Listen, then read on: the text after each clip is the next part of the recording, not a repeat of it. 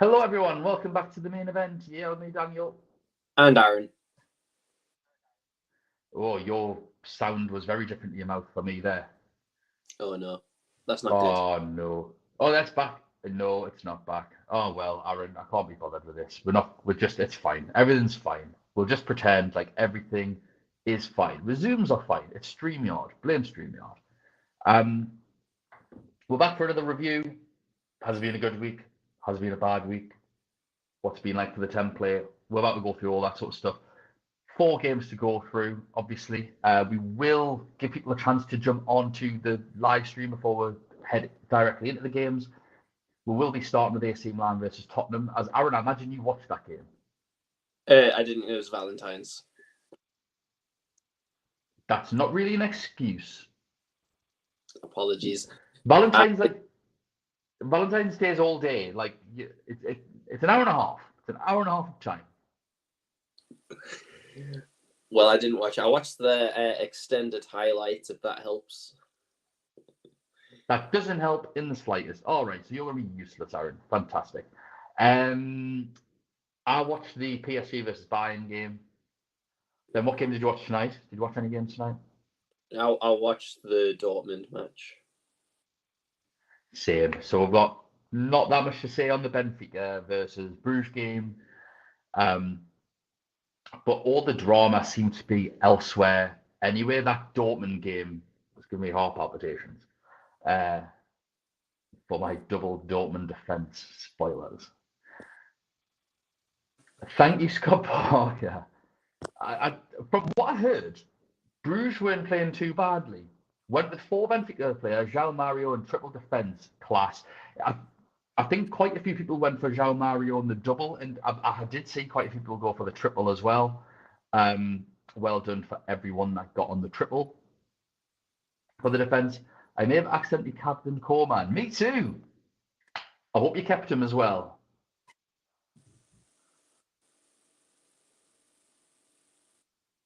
I mean, let's hope so. So, yeah. Yeah, I was debating between Musiala and Coleman, and guess who I chose? You chose Musiala. It's almost like we mentioned, go for the wide players from Bayern, not through the middle, where it's going to be more difficult with Danilo, Pereira, Sergio Ramos, and Marquinhos in there versus Hakimi or Mendes, who neither of them are particularly grand at defending. I feel like we're just going to talk into these games now. So yeah, for that Bayern game, that was the case. The first half was just so one-sided. You wouldn't have thought that PSG were the home team. I think the formation really helped Bayern overload in key areas, and then Joshua Kimmich, forever forgotten. I hear so many people, I see so many people, because Twitter doesn't actually speak to me, unless I'm listening to a Spaces, say things like Rodri is the best holding midfielder in the world, and I don't know, I think some people might say Casemiro is, or there's these arguments. Joshua Kimmich is the best number 6 in the world. He is ridiculously good at football, not just at going forward, but defensively he's absolutely brilliant. And his passing, his range of passing is just absolutely mustard. And he was just unlocking PSG so many opportunities. He could have had a few assists, could have had a goal at one point, and a great effort from distance. And Donnarumma and Sergio Ramos kept them in that game for the first half. I thought those two in particular were absolutely outstanding. Ramos rolling back the years. At points, he was their most attacking player. So it was obviously frustrating as well, I think, for Coleman owners in that first half, seeing him getting played left wing back. So when I checked out the teams, it looked like he originally was going to be playing left midfield with 4 at the back, Cancelo at left back, which is why I decided to go for him, because I thought Cancelo and Coleman overloading Hakimi and a 16-year-old central midfielder. I thought there was just points there. Obviously, that changed. And I do agree that Coleman deserves the player of the match, personally.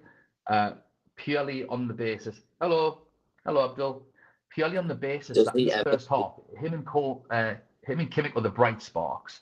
And in the second half, when it was still really tight before the goal, he was the one that was taking players on.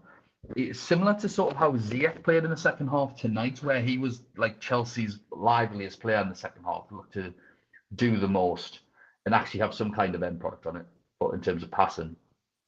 Coleman did that. I think he got quite lucky with his goal. I thought Donnarumma should have saved it, but ultimately he's put himself between the 6-yard box and the penalty spot to have a free shot at goal, and anything can happen. As long as you hit it on target, it can go anywhere. And Donnarumma being so tall and the ball being so low, I think he's probably had to go for it with his legs. He might have got there, but trying to dive, he's not really giving himself a chance. We saw the return of Mbappe. Couldn't quite do anything. Obviously, he did get a couple of goals disallowed for offside, which I think were rightly so, looking back at them. But overall, I think there's going to be lots of frustrated owners. People with Sané. Sané doesn't often perform in the knockouts. Yeah. He's a group stage beast. He's a bit of a stat padder. So it's one of those. It's not that I thought that he had a particularly bad game. I think he was all right in the first. I thought he was fairly quiet in the second. Musiala had a much more lively second half than the first. Not that he was bad in the first of all. I thought it was good, but I thought in the second half he really took it up another level. Cancelo and Hakimi owners in the mud, 45 minutes hold off. Cancelo owners obviously would have had a clean sheet as well. Most likely, obviously, if he stays on the pitch, you never quite know what would have happened. I'm personally glad that he went off to stitch everyone else. So do you have any other assets from this game, Aaron? No, just Musiala. And so what it came, that was the only decision I had to make in that hour before the kickoff. And it was just between Musiala or Coleman. Sane wasn't in the debate.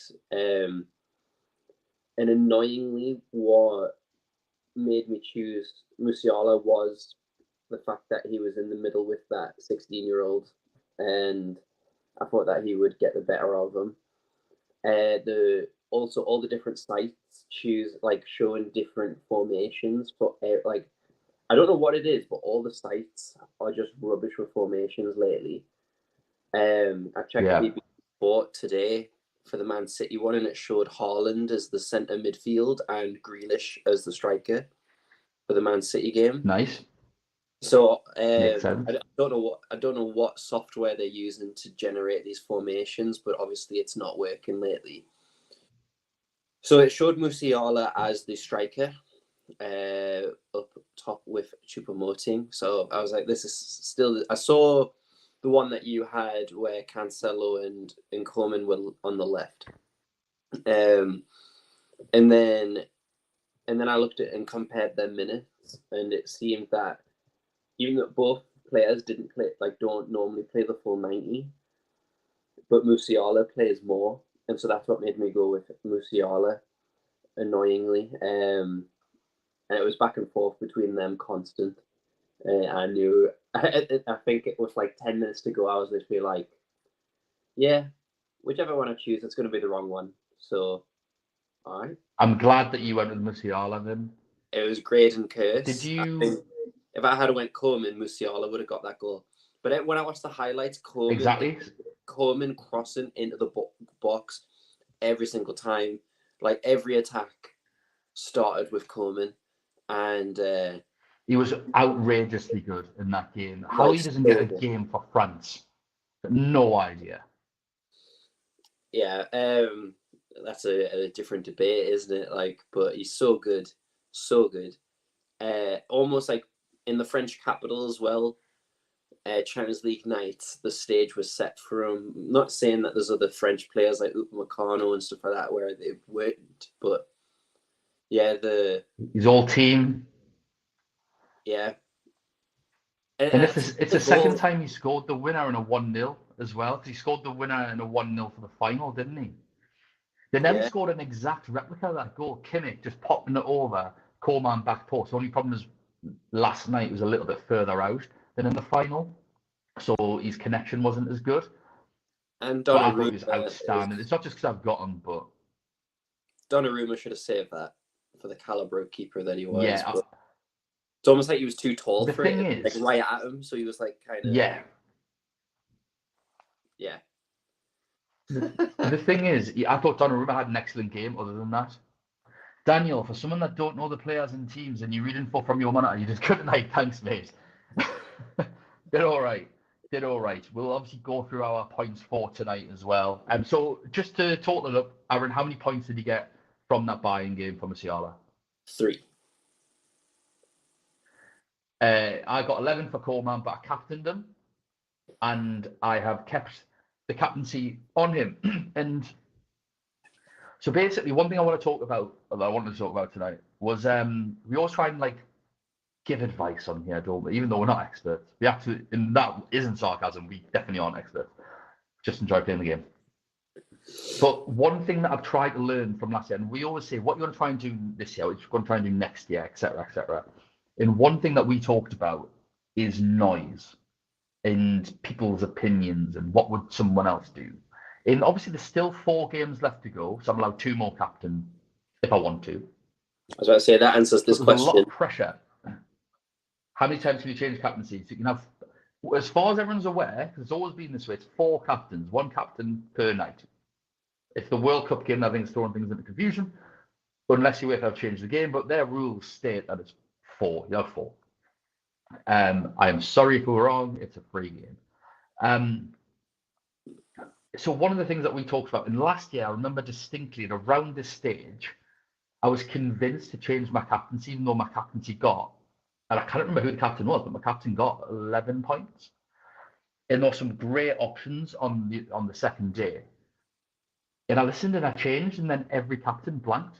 I think I might have got like a 5 or 6 pointer on the last night or something, but I'd lost my 5 points.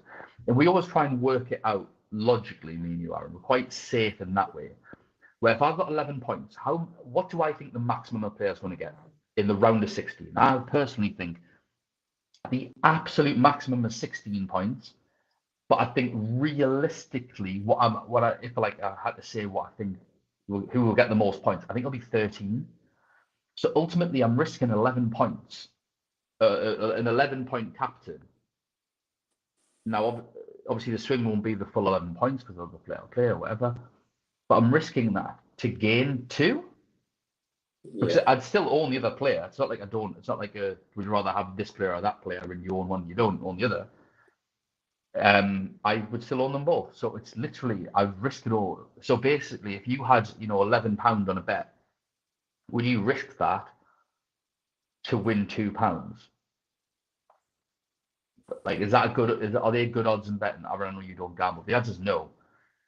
2 to 11 on good. And again, I appreciate that I wouldn't lose all 11 points. If I captained Grimaldo tonight, for example, I would have lost 4 points. But still, I would have lost 4 points in the hope of gaining evens on it, maybe. So this time, even despite lots of people telling me to change my captain, I decided not to.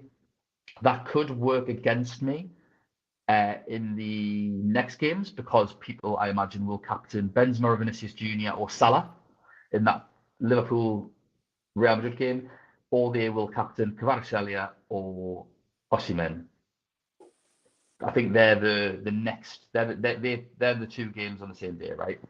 So if any of them get more than 11, then obviously I might have lost out. But do I think they are? I don't think so. They might do. And then again on the last night, I don't think people are going to want to captain into players. You might go for a defender against Porto. And who else plays on that day? It's it's Leipzig versus Man City. So it's going to be Haaland. And so Haaland's going to need a brace to beat it by 1 or 2 points. Because if he gets a brace, he got to play of the match. So that would be 8, 10, 13 points. So I'd have lost 2 points.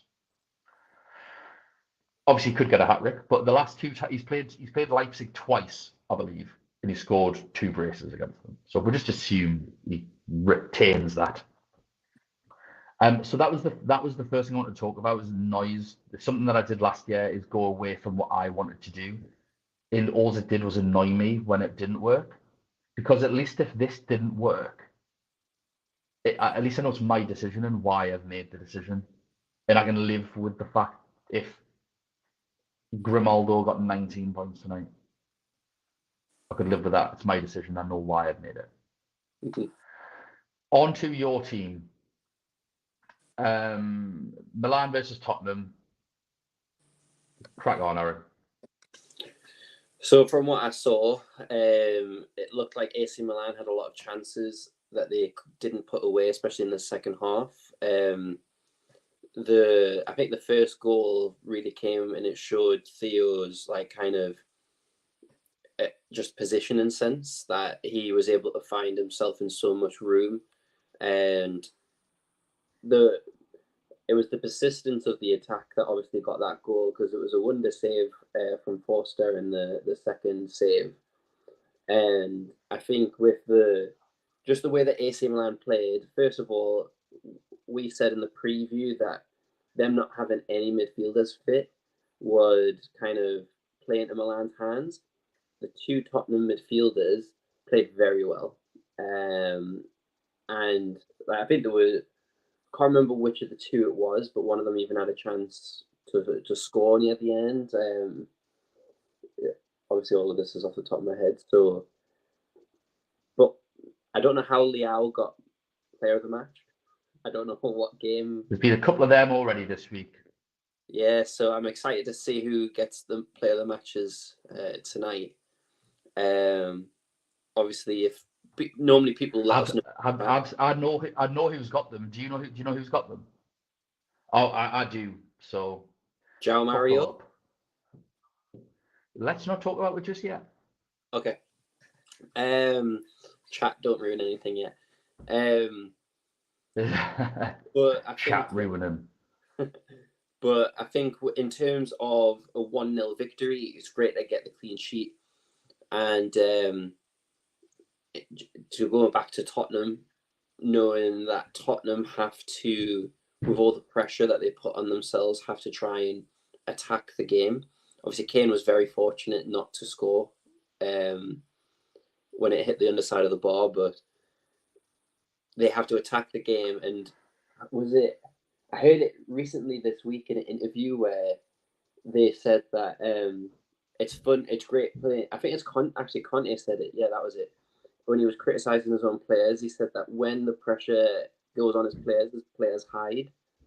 And he didn't name which ones, but it was insinuated that it was players like Son and stuff like that. That when it becomes to a pressure situation, they don't perform the way that they can. And so, funny enough, I didn't have Son. I was speaking with a couple of people on Twitter who were Tottenham fans, and they told me to get Son out my team. So, thankfully, I was able to get him out. Did you have any players from this game? Just Perisic, and he was my captain on the first night. So, the apps that we use for team lineups had Perisic playing number 10. Yeah, that's one of the reasons. I was like instantly. That's one of the reasons why I captained. You did not believe that, Aaron. Come on, you can't take something seriously. It's like, what if it said Donnarumma was playing a striker? You'd be like, oh, you stick him in my team. Like, he was never playing in the number 10. Even when he was in attacking midfield, he wouldn't play in the 10. Yeah, that's what I was confused, but I said on the podcast my plan was always Perisic first day. So yeah, in terms of Milan though, they're in a strong position, and it's just a shame that it wasn't more goals because the opportunities presented themselves. And I do still think that Tottenham will win. In London. Yeah. Are you just saying this because you support Milan and you're trying to like avoid any juju? No, I I called that it would be a draw in the first leg, and then Tottenham would go back and win. And I still think they'll go and beat Milan just because the opportunities presenting themselves, and there was some good saves by the Milan keeper. So yeah, it's so that I'm regretting them not finishing them chances. So, but I can't complain with a 1. How many points did you get for? How many points did you get for Perisic? He got 3 as well. So you're on 6 points at the minute. Yeah. I'm guessing you changed captains for tonight. I had no one from this game. I said from the get-go I wanted to avoid this game, and I think I was right to do that because we did talk about Brahim Diaz for a moment and said maybe not no. And yeah, he got his goal, great. There wasn't an assist for it, and if you went for an AC Milan defender, fair enough, or the goalkeeper, but I don't think many people did. I think some people may have went for Teo, but I think I'd take other people getting a Teo clean sheet without getting any attacking returns against Tottenham at home. He didn't get any more recoveries, I don't think, either. Happy days. So, on to tonight. We have the first game. We may as well start the game that we both watched, which is Dortmund versus Chelsea. So, player of the match was Karim Adeyemi. Expected. I understand. You see, I understand why he got it because he got the goal. Great goal. But in terms of overall play, I think there were 3 outstanding players for Dortmund. Goalkeeper. Firstly, the goalkeeper, Koval.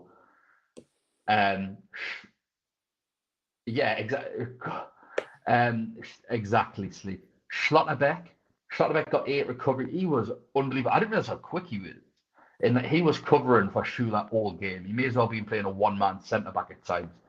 And Emre Can was absolutely outstanding, not just because he cleared the one off the line, which was amazing in itself, but towards the end when Bellingham's down rolling around at the top, he's picking the ball up and driving past Ziyech and taking the halfway line and turning back. I just thought his experience at the end of the game was massive for their game management. And I think they've given it to Adeyemi because he's got the goal, which I think is a bit of a robbery on those other 3 players. They were, and I appreciate people might think I'm a bit biased because I've got Schlotterbeck, but actually I would have said Schlotterbeck would have been 3rd, maybe to the other 2. But Schlotterbeck was incredible in that first half, and then at the end I thought he was magnificent as well. He's some defender. I know that he's had a little bit of trouble, not like behaviour-wise, just in terms of his performances for Germany. But I think with time, he's just going to be an outrageously good defender. Like I say, he looks like the defender that Schüller was sort of like hyped up to be. He'll be at Bayern Munich within 2 years. Yeah, thought Emre Can was unreal as well. He's so good tonight. And I've been a bit critical of Emre Can in general. I think he's a little bit past his best consistency-wise. Rolling back the years again, like Ramos wasn't tonight. I thought he was outstanding. Another player that I thought played well for Chelsea was maybe less so the first half, but in the second half seemed to be their shining light was Hakim Ziyech. Reece James had an excellent game. Unlucky not to score. He's had a couple of great efforts. I thought Ben Chilwell had a really solid game as well. I don't think he put a foot wrong for his first game back in months. Champions League against a really good and quick Dortmund side. Julian Brandt in really good form. I thought he did excellent. So the signs were there. I think it's going to be looking up for Chelsea. They just need to sort putting the ball out in the back of the net. Ironically enough, I felt like they needed on Nkunku tonight. I felt like if the chances had fallen to him, I felt that Joao Felix, I think they would have won 3-0. I think he's going to be the difference for them once he gets involved in that team. It's just going to be fantastic. There's not too much to say because the game sort of disintegrated in the second half. Like Borussia Dortmund's midfield just dissolved.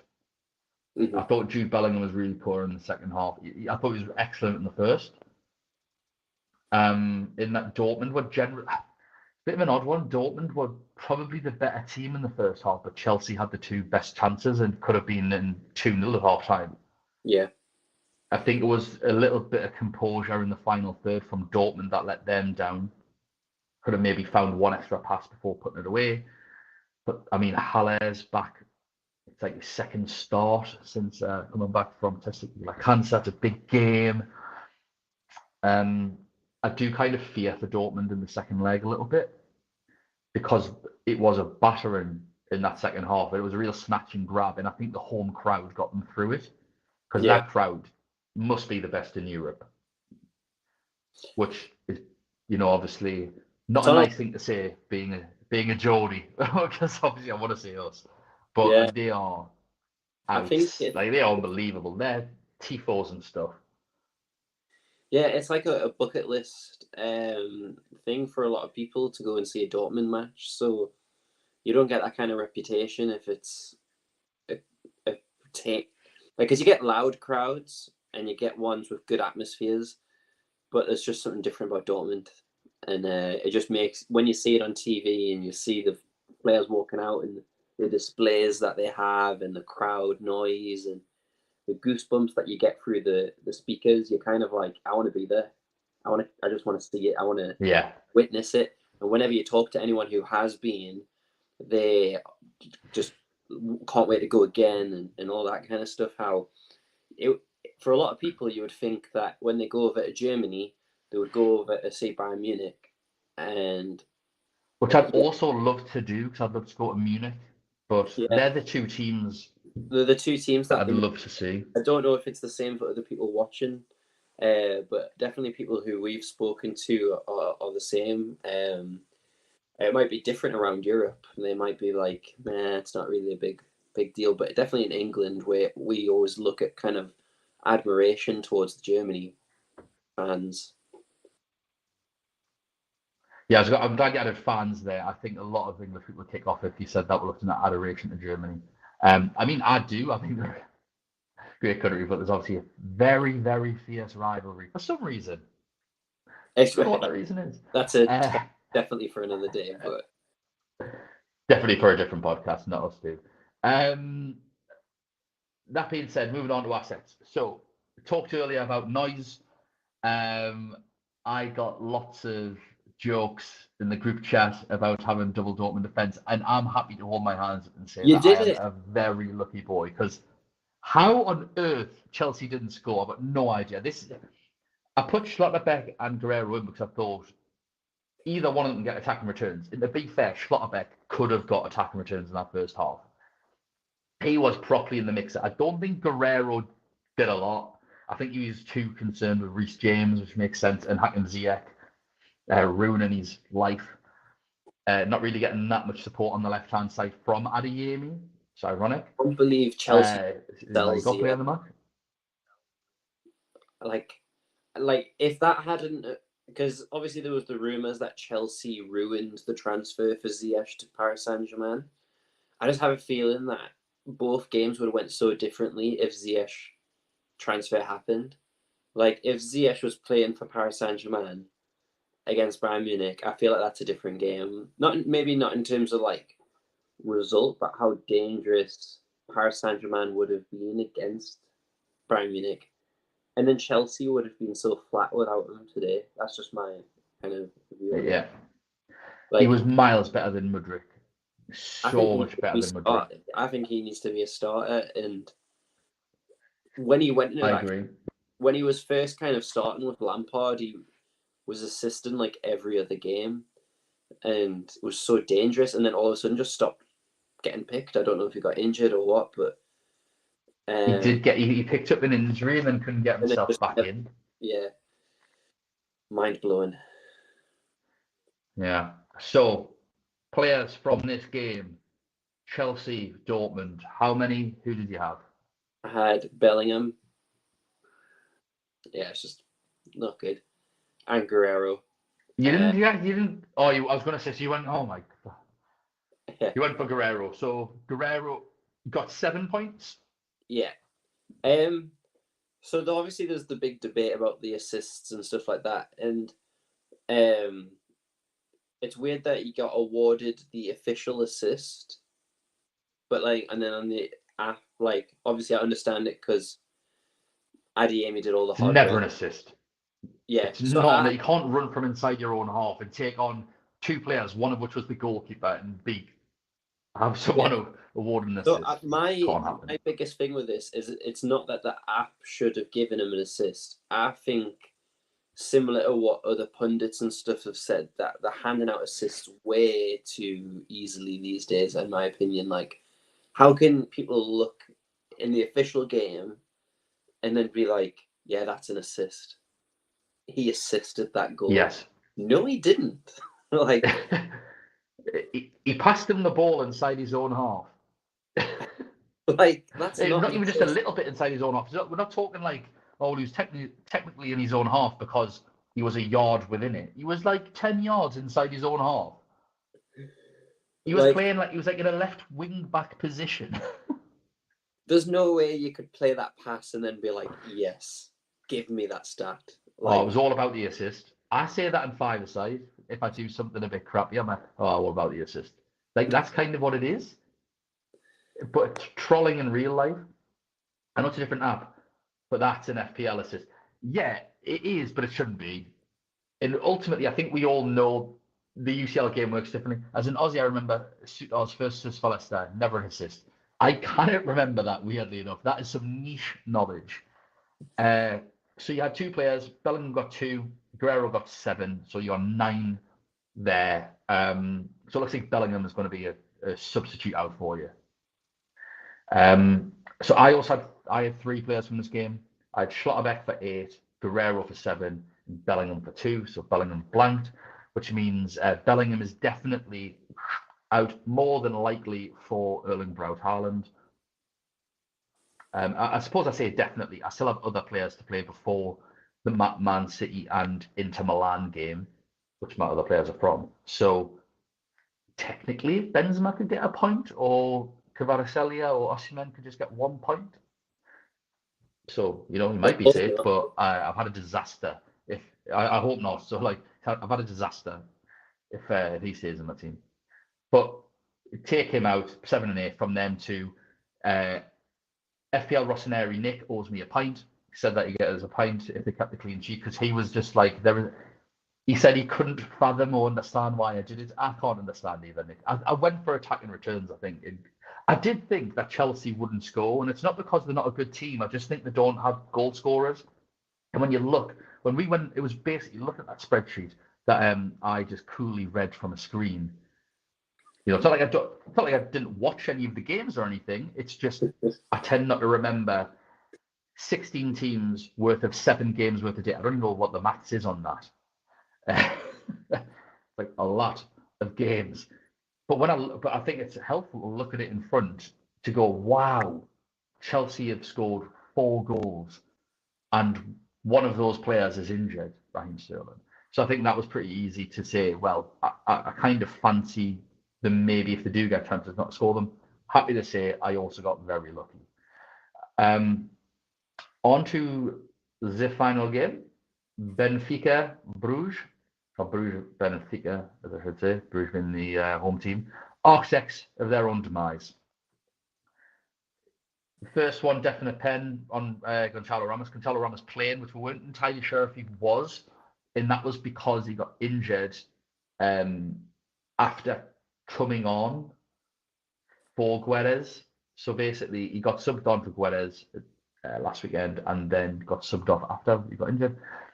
Started today. I think a lot of people would have had him in if they knew for certain that he was starting. I think we probably dodged a bullet. I don't think 5, or not even 5 points, it's 4 points.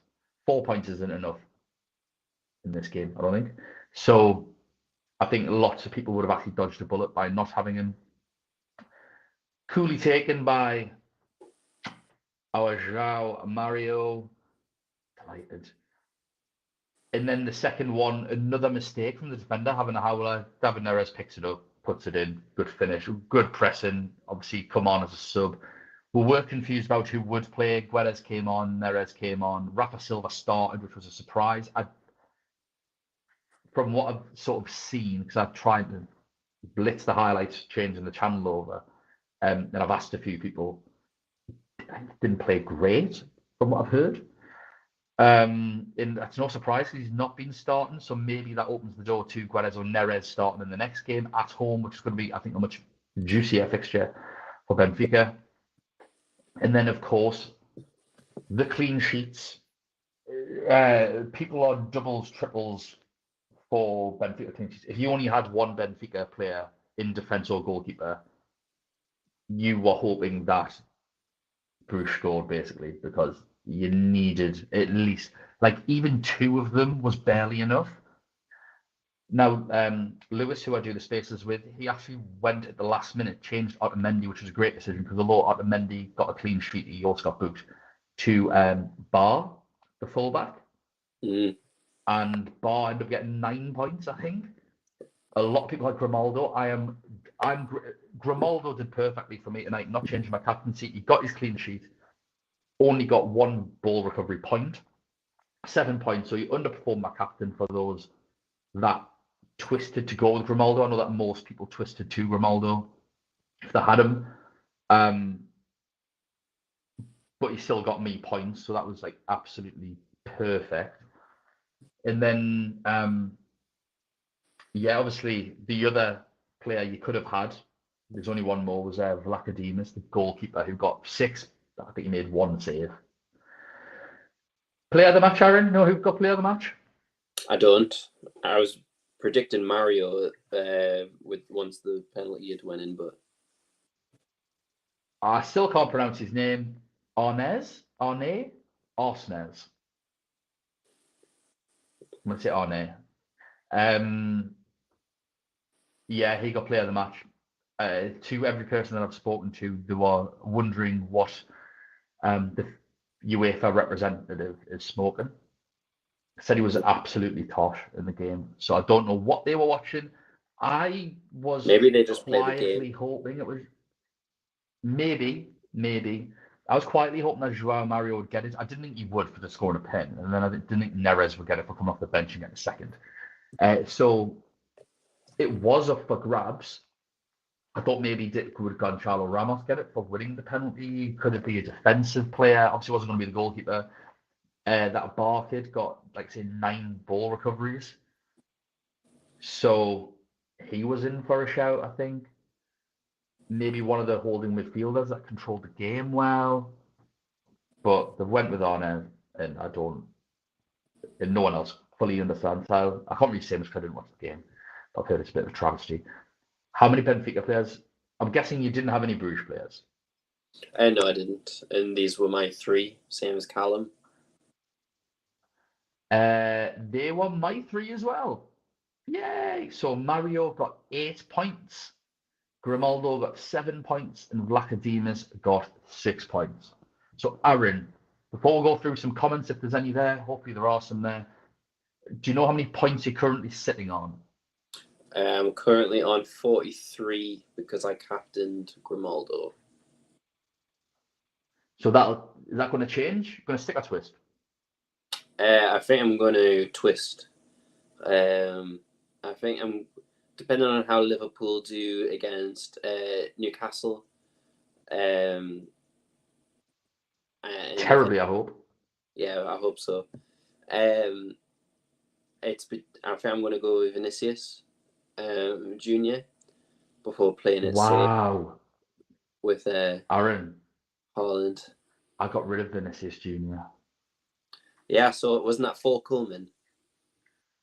Yeah, so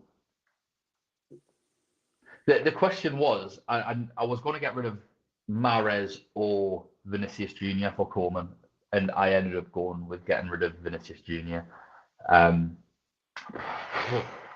mean, I got rid of Mahrez for Musiala, so it's not. Well, it went from Mahrez. Yeah, at least that's the thing. I got the returns. It went from Mahrez to Son to Musiala. So Musiala was an upgrade on Son. So yeah, exactly. So you're on 43 at the minute, 43 points. Yeah, having a little look around the people around me in the mini leagues, I think I'm going to get red arrows. A lot of people kind of, I guess, who listen to the spaces or our content, they or even some of the differential articles and stuff that are posted by the creators, they, I think, have very similar teams. I know you wanted to speak about that, so yeah, I think I've got red arrows, but I don't know how Uh, to do in terms of the rest of the world. That's the hardest bit, as I don't know, because yeah, Mario is exactly. still only like 9% owned. So Yeah, yeah, so that's the 100,000 people own them or something. 120,000 people own them.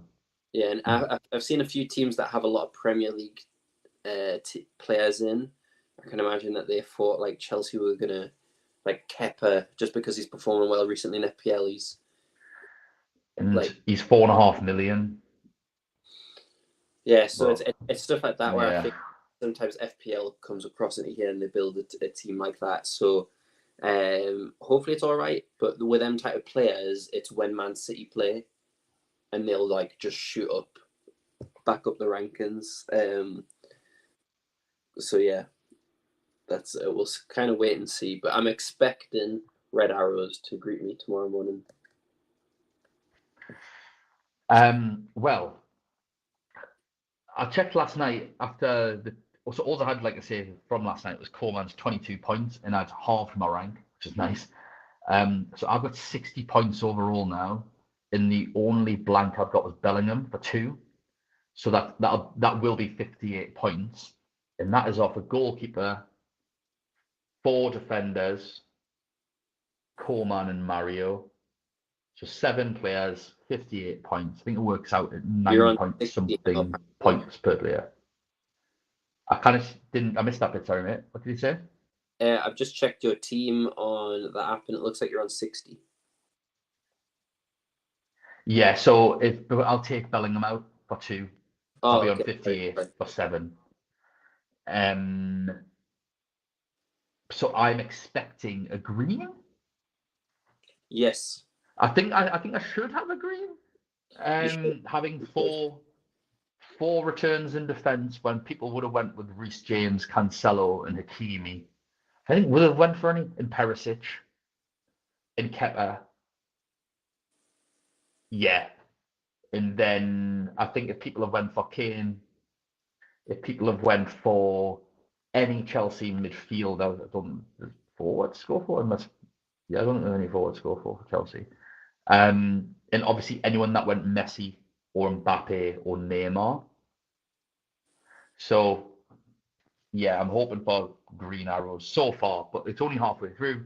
Loads to play for. Everything could go right, everything could go wrong. I feel like it's one or the other with this game. I don't know what my rank is at the minute because the game hasn't actually fully updated. Yeah. Aaron, do I have any comments? Yeah, we have a few. So scrolling back up earlier, about the Milan defense playing very well. And then he didn't. I saw De Ketelaere. Oh yeah, that was. What? I'm glad.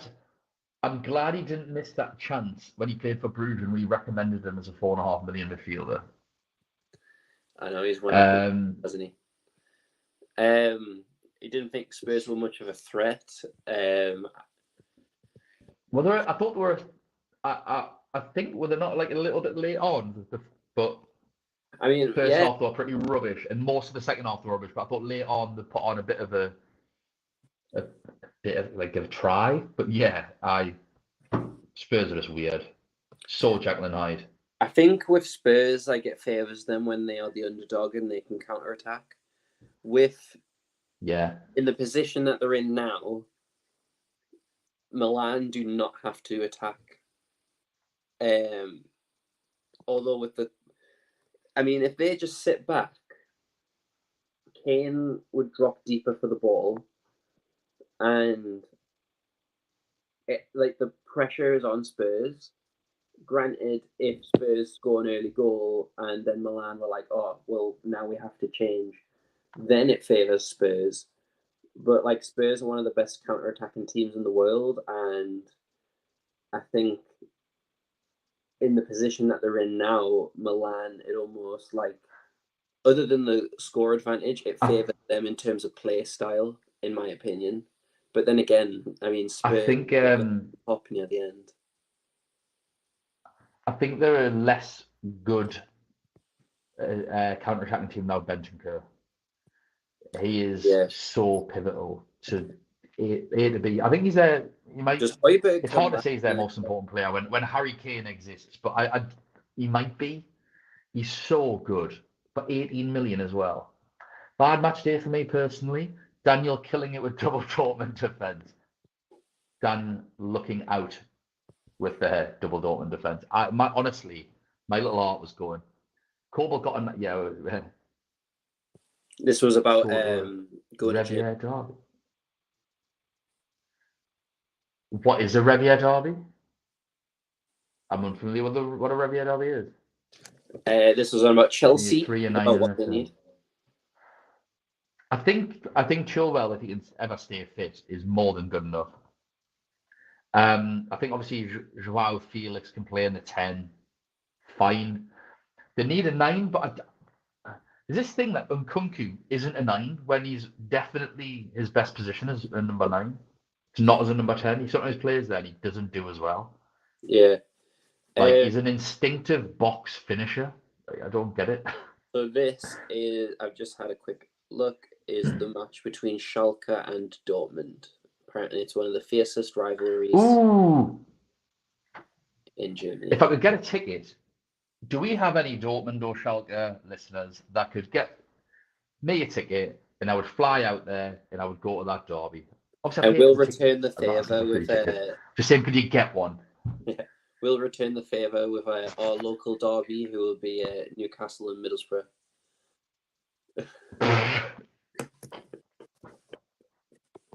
Can I get tickets for ourselves, mate? Managed to bag a ticket for Liverpool tomorrow. Liverpool on Saturday. Oh, have you? Thank you. I'm Rob. Thank you. I mean, you're a maniac on Twitter, but thanks for the ticket. Any more? 41 from 7 players. Big captain twist to come. Yes, I think there's still a lot to play for with captains. I'm nervous. Frankfurt play 5:30 Saturday. Napoli play Friday 7:45. Any advantage there? Yeah, that little bit extra rest. But I think could help Napoli. But it's a day, 24 hours. So, well, I mean, it's obviously longer than 24 hours. It's not quite 24 hours. Sorry, I think it's even because Napoli have to travel to Germany. So one of them extra days of rest is travel. The jet lag, Aaron.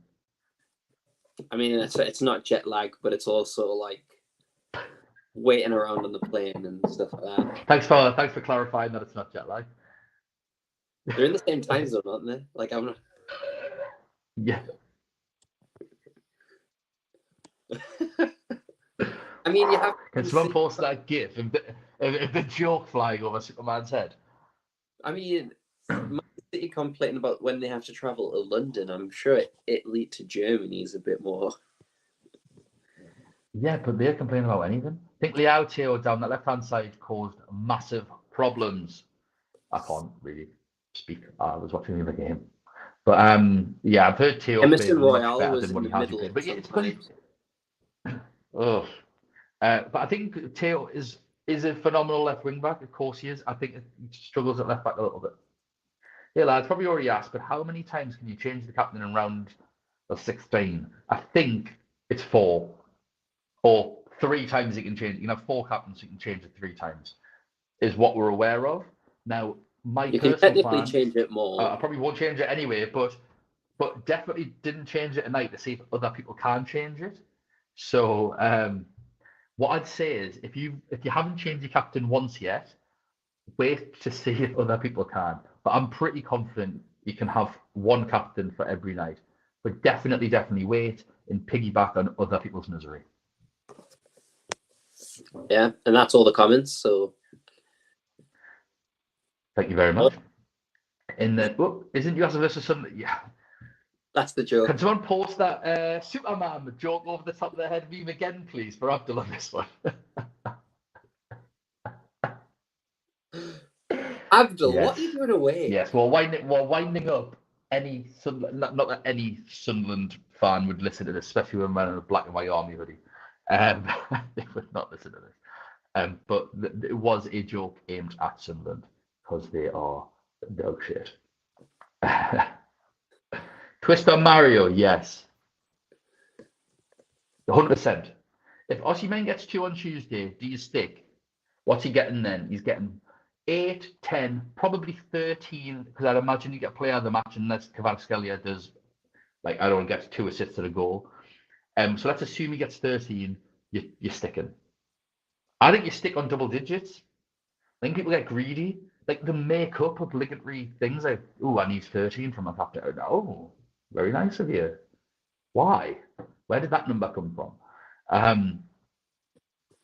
So yeah, I think if you have double digits, maybe 10 might be like a twisty point. All these 1-0s, you would think away goals were still yes. But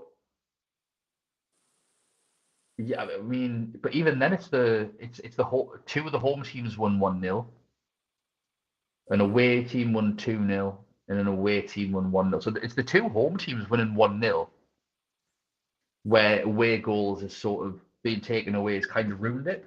I say that Chelsea give it a good go, let's be honest. And I don't think PSG stood a chance. Their midfield was just completely overwhelmed.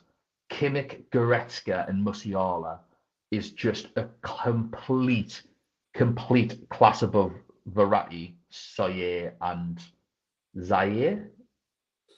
Yeah, and 60, obviously, because Zaire's 16. Verratti is excellent, of course he is, but Soyer is a bang average footballer. there's too much quality in Bayern Munich's midfield for most of the teams in the world. Like, yes, you know what you were saying before about how people keep saying that Rodri is the best defensive midfielder in the world, and Kimmich has shown time and time again that he is. I agree with you in terms of him being the best defensive midfielder. And the best thing about Kimmich is that if he played right back, he'd also be the best right back in the world. Like, that's how good Kimmich is. yeah. Like, he's the best in the world at 2 positions. And one of them he doesn't play. So he's ridiculous. Like, yeah, absolutely. But Goretzka as well, I wouldn't say he's underrated, but he's a very, very, very good player. And I think in Europe he's underrated. Like, I can't say in Europe. In England he's underrated. Yeah, in England he's underrated.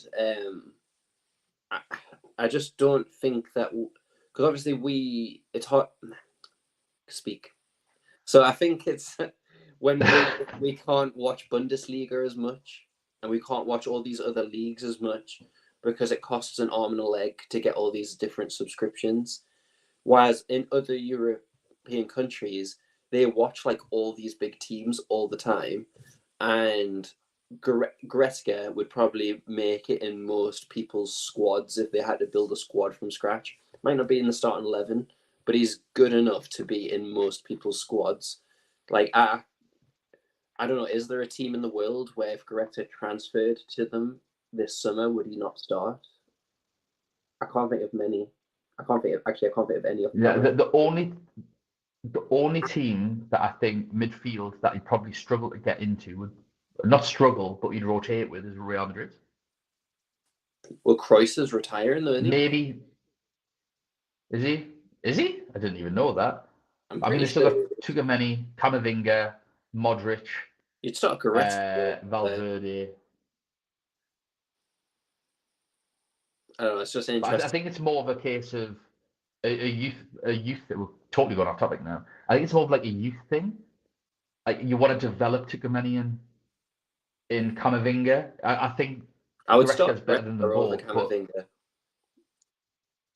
But I think, like I say, it's a case of you want to develop Camavinga, so you still rotate with them. Yeah. And Valverde is absolutely ridiculous. He's a ridiculous footballer. I think obviously maybe Man City, you occasionally You probably, to be fair, I actually think you'd be the perfect replacement for Gundogan whenever Gundogan's going to go. Yeah, Even though but they're if you're completely Bayern different Munich, you're in statures, they are very similar players. if you're Bayern Munich, you're in absolutely no rush to sell, like at all. No, you're not going to sell them. Yeah, So tempted to captain Martinez over Haaland if Osimhen doesn't buy. don't do it. I'm just going to say, don't do it. Right, and there's a couple of reasons. There are a couple of reasons. Martinez is a wild card at the best of times, but also Martinez is going to be a differential anyway. Any points you get on Martinez are a differential, so you don't need to captain him. Obviously, you're going to get massive gains, but only if Haaland blanks and Martinez bags. Whereas if you captain Haaland, all you need, like, it's more likely that Haaland bags than Martinez anyway. But if Martinez does and then Haaland does, you're still up there with everyone. You are absolutely screwed if Martinez doesn't and then Haaland goes off. I don't think Haaland ever gets rested. Haaland scored tonight, didn't he, against Arsenal? Thank goodness, triple captainship. But that's a different game. Yeah. People keep talking about Haaland getting rested, and I think we've yet to see it. I think it's more so you'll become off as a probably happened. Yeah, he's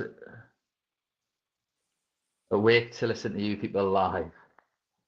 Thanks, Abdul. Get to sleep. Honestly, you're a maniac. Go to sleep. You have a wife. Go give her a cuddle. If Goretzka wants to play with Bruno G, I'll pick him up tomorrow. Honestly, don't. I would carry Goretzka on my back. Aye, and he is massive. He is an absolute brick shit house. You would break your back, in which I'd still do it. I'd carry him across the channel. I'd carry him across the North Sea, the ice cold North Sea. Yeah, honestly. Yeah, that would be unbelievable, him and Bruno G in the middle. What's the template currently, and who would be the top differential players we'd say? Right, template. Hard to say with the goalkeepers. I think I'll probably avoid saying there was a template for the goalkeepers because I've seen so many names bannered around. One name that I haven't seen bannered around too much in terms of differential, though, is actually a goalkeeper that I've went for, and that's Onana.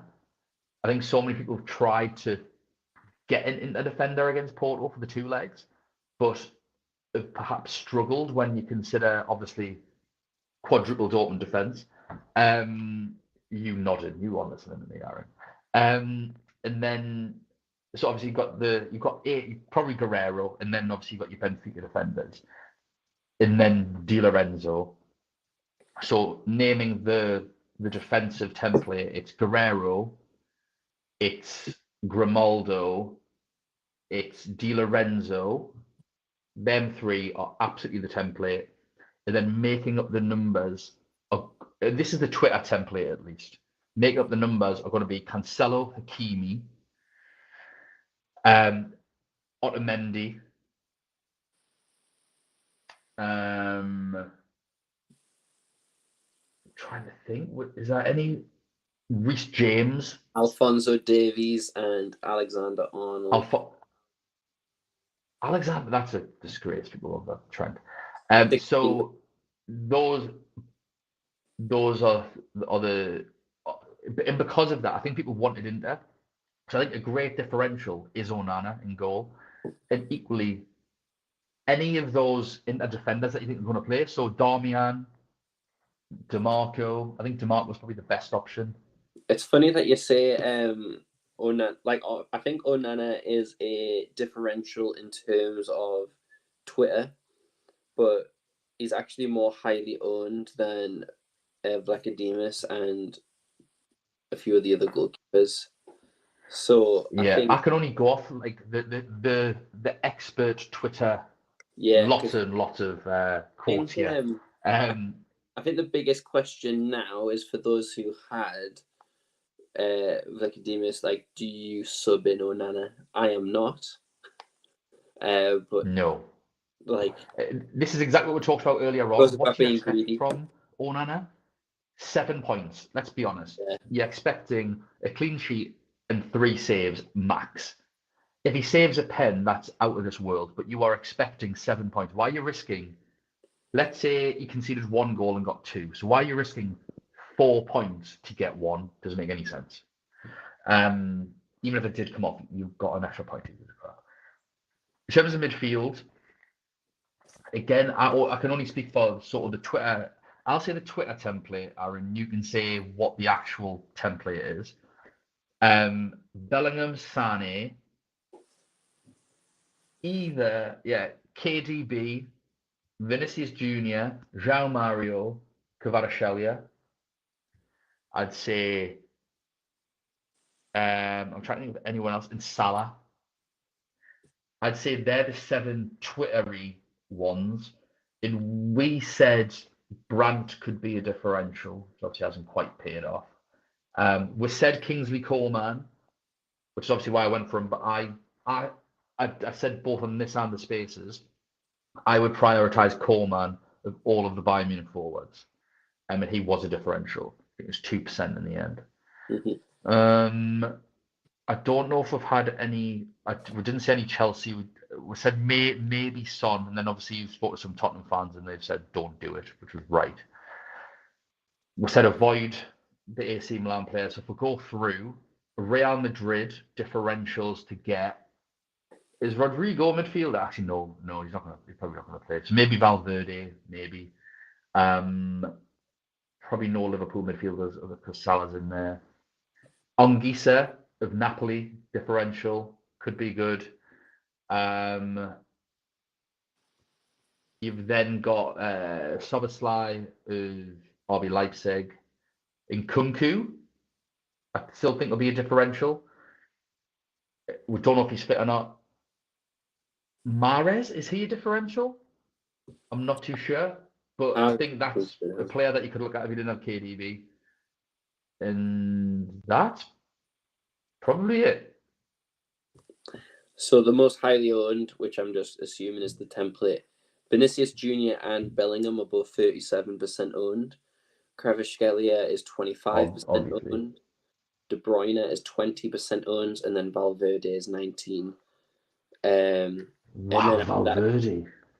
And then it's quite close after that. Modric 18%, Kimmich 17%, Sane 16%, Salah 13%. Some of those are surprising.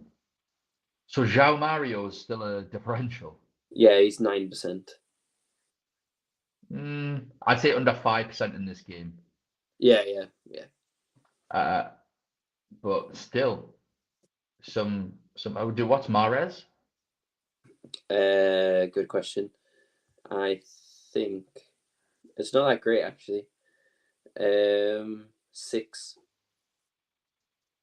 Yeah, I'd say fair enough. 6. So Mahrez is good differential. Up front, I think it's going to be Osimhen, Haaland, Benzema, Messi, or Kane. And I think if you wanted, I think the best differential would be Muani at Frankfurt.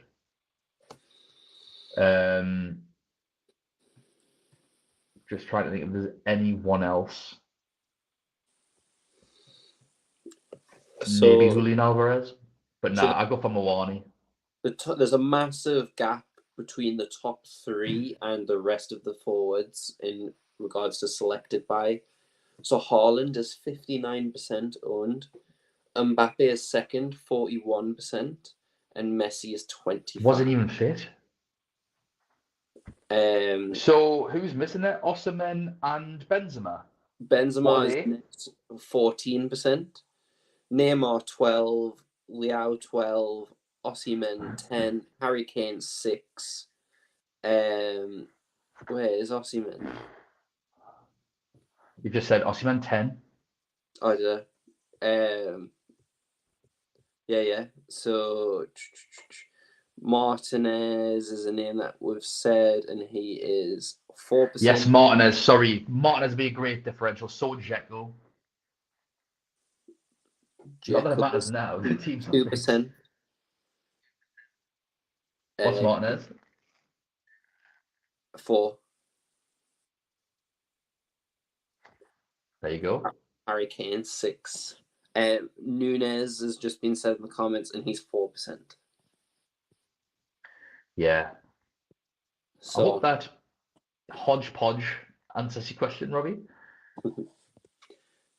As long as he gets there, won't be sure.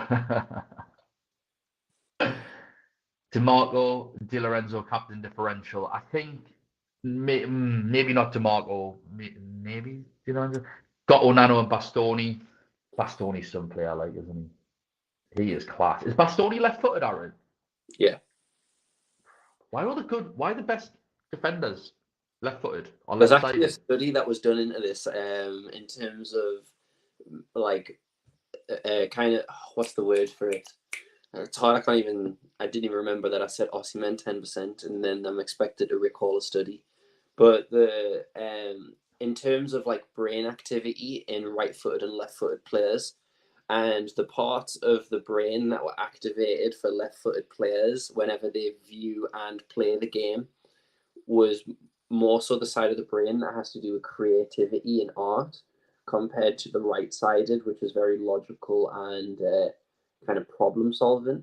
So people have used that for why left-footed players can often play, for example, like Messi and stuff like that.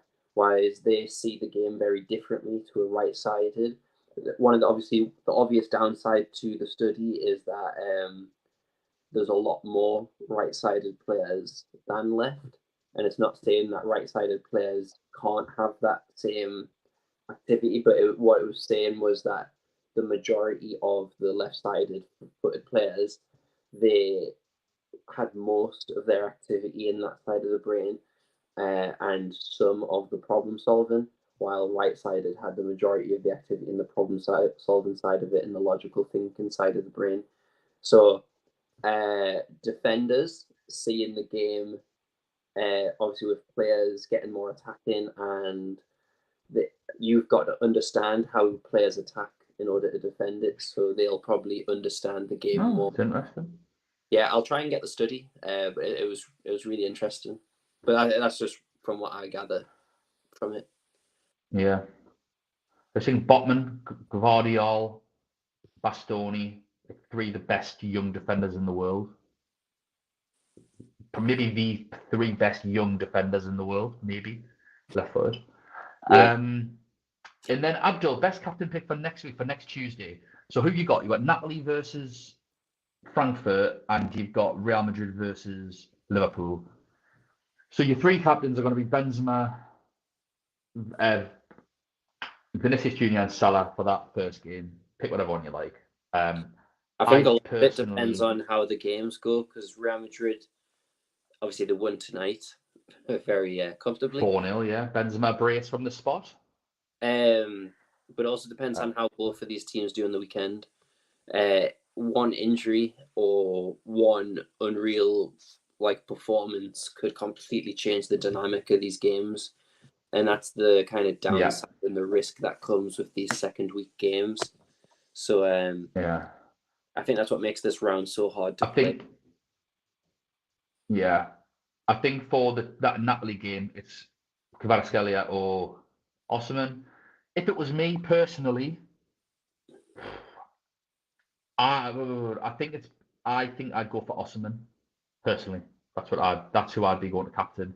I just think he's got the highest ceiling. I think Salah, Benzema, Vinicius Junior, Kvaratskhelia are all capable of getting a goal. But do I think Salah's going to get 2 against Madrid or a goal and assist? Probably not. Do I think the last time I said, do I think Benzema's going to score a bunch against an English team? I said no, and he bagged a hat-trick, I think. So ignore me on that. Benzema literally had that Obviously, line. Benzema, he had that line in his headphones, just listening to that warming up, being like, yes. Yeah. My voice on repeat. Benzema can't do it at Stamford Bridge. Idiot. Go for Thomas Muller instead. And then, but I just think Osimhen could quite easily get a couple against Frankfurt. He's so good at the minute, and Frankfurt are pretty good, but not really defensively. I hope Napoli that are just on a different planet at the moment. Different level on at the minute. Different wavelength. I'm going to skip a few. Basically, there were like Mahrez, Darwin Núñez. That was in terms of the. Hi, Cameron, by the way. I did notice you had a comment there, Cameron. And then Get he to watch went, actual I full get games to of watch Champions League next week. actual full games of Champions League next week. We are excited for you. We're excited for you. Enjoy it. Treat yourself. Come back on the podcast, Cameron. We miss you. Morning on fire since World Cup. Yeah, absolutely. He's up there with Osimhen. I just think he's playing against a much better defence. Thank you. Just need to hear the thoughts on where points can be gained and lost. You're very welcome, Robbie. I thought we just tackled right first there, maybe. I guess Sleek DMC is a left-footed player. Is a left footer, yeah, yes. A left-footed defensive midfield central. That's obviously what he is. Good. That's the thing as well, though. Like, there is that kind of like a right-sided will more favour that side, so a left-footed matches that. But there's more and more inverted wingers. So like left-sided centre-backs play on the left side, and they'll be against inverted wingers who are cutting in on their left. So like I don't think it's. I think they just see the game differently. Defenders have had to adapt. But got Ake as well. It is but City seem to struggle. Yeah, I wouldn't have went anywhere near City defenders personally. But best of luck, Callum, regardless. Yes, next Wednesday I can if you need some expert insight. We do need some expert insight, which is why we'll get someone else on. I'm not joking, Cameron. Cameron, we need you back on. Yes. Come on. We need you back on, mate. Yes, come back Getting on. requests. Yeah, is that Ignacio Gonzalez? Is that the kid? Is that what he's called? I've probably got that wrong. Left centre mid, left wing back. Aaron, we've been doing this for an hour and 10 minutes. It's bedtime for me. I pulled my hammy at football tonight. I need to ice up and go to bed. Everyone, thank you so much for listening. If you stuck around for an hour and 12 minutes, we salute you. Thank you so much. Please don't forget to like and subscribe. Follow us on Twitter at UCL Fantasy Pod. We will be back sometime. I'm guessing we're just doing a podcast at the weekend? Are we just